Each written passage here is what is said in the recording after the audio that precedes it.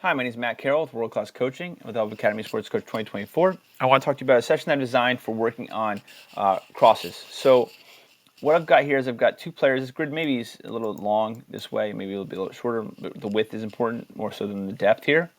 Two players lined up, and what I'm going to have this player do is play a ball in the air that's going to land in a way that this player can run onto it.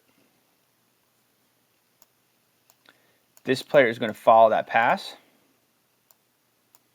follow the flight of the path and go around. So around this stick, the player is then going to take a touch from the ball landing and go around the stick. This player then is going to round the stick and head back in their direction. The player that then scooped up this pass is going to play, after they round the cone, is going to play another ball over here and do the same. We're just going to try to time that up and alternate that, so we're just landing crosses back and forth. We're receiving, turning, cutting, and playing another cross. So kind of whipping around this cone, bringing our right foot, and drawing a ball to this player that sprinted. So it's a little bit of a conditioning workout. It's definitely a fitness thing. You might want to go low reps, high intensity. Maybe do like 2 minutes of this, and then give them a long 3-minute break, and vice versa, and just keep working them at pace so we get the maximum effort on these crosses. So you don't, you're not, if you do it for 10, 15 minutes, you're going to see kids burning out, and we're going to see sloppy techniques. So we really want to work on going high intensity for like maybe 2 minutes, and maybe swapping somebody else out to get their turn. But again, getting that idea of the timing of the runs. How many times we practice something at half pace, and the game, the ball's overrun or underrun, or they don't get there in time. We're really working on the timing here of playing that moment, that diagonal. We break a line, we get past the defense, and the player runs onto the ball. So we're really trying to recreate that situation as much as possible. So from there, what we do is we would create an example of that in which we have an attacking player playing a diagonal ball here. I'm going to set up cones here. I like that. I've never seen that one before. So we'll have 3 players here. Well, we're going to do 4. And then 4 players. And we're recreating the kind of the chaos of that long switch. I got too many. So this player, one of these players, you can have somewhere like they're teed up for the pass, or the pass comes from over here. But they're going to play this ball into the grid just like the one we just did. And where'd it go? We're going to run onto that ball from here. All right, and we're going to set up, let's say, a yellow stick here. This player cannot pass this zone, okay? So they can get down here and they can play across. But yellow is essentially going to run in and start setting up defensively, picking up markers. Oops, they're going to leave the cones. They're going to pick up markers in here, and black is going to run in and try to find positions and gaps in that defense. So we're working here that cross, that timing, and hoping that off that run, now we're making it a little more game-like. It's the same situation, but we're adding 3 more players, and we're adding a more dynamic attack to it, and we're adding defending. But it's essentially the same thing where we play a ball out wide, it runs onto it, we run into the space, and then try to attack the ball wherever it may be.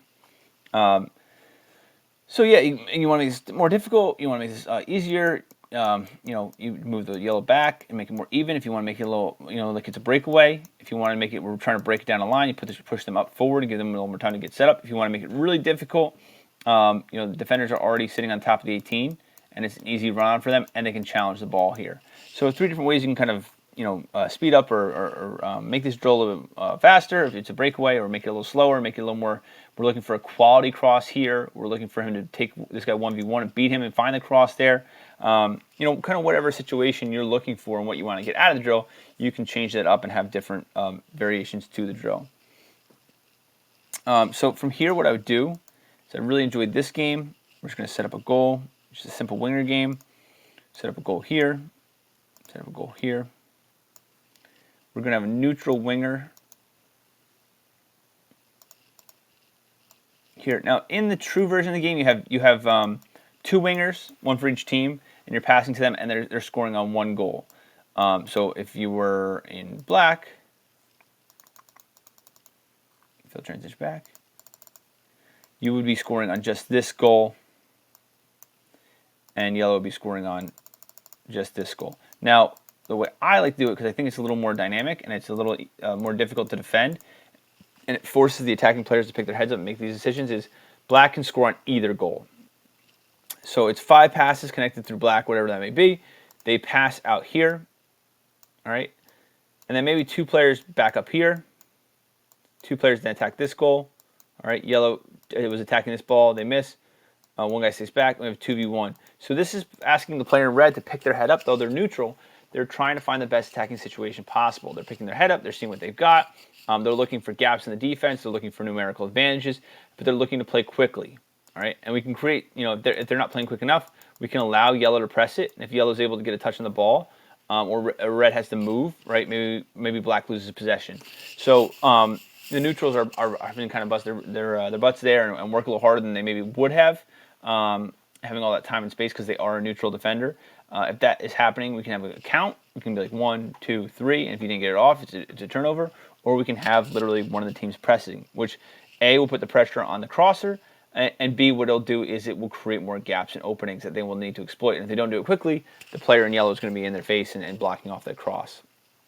From here, what I would do is I would go into a scrimmage, and I'm looking for the players to really attack the wide areas, really find these crosses in, whipping crosses in. And I think a lot of what happens with crossing is players are either taking too long, they're picking their heads up, they're waiting, and they're waiting for the run to develop, and they're almost passing when the players where they need to be, which is by then too late, because by the time you get the cross off and the ball's in the air, everything's changed. So we're really looking here for players to anticipate the runs, anticipate where the gaps and the spaces will be, play into that space, and allow our players to attack it. The best headers are where the player comes running up, screaming out of nowhere, comes down and smashes the ball, knees up, curled up, just like the Ronaldo goal when he rose up over all those players when he's on Juventus, and that was like, that's the quintessential goal. But you don't play that ball by playing it when he's standing there. He's running up to it. So working on that timing and finding those gaps and making sure we're making those runs. And half of it is trust. A lot of guys, sometimes you'll have to play the cross in blind, and you have to trust that your other players, your other teammates are going to be there in time, and they're going to make those runs, or you're just going to cross into nowhere, and it looks kind of silly on you. When you're gelling, and everything kind of looks perfect, and you're like, hey, I know where he's going to be, I'm going to put it there, and he gets there, that's where you find some really spectacular goals. So I'd love to hear in the comment section some of the things you guys do for teaching that relationship of teaching that timing and where the run should be, and because it can't always be the same because the defense is always changing, but how do you create that tempo and that connection between your wide players and your more attacking players? So once again, my name is Matt Carroll, World Class Coaching, and the Help Academy Sports Coach 2024. I hope the session finds you well.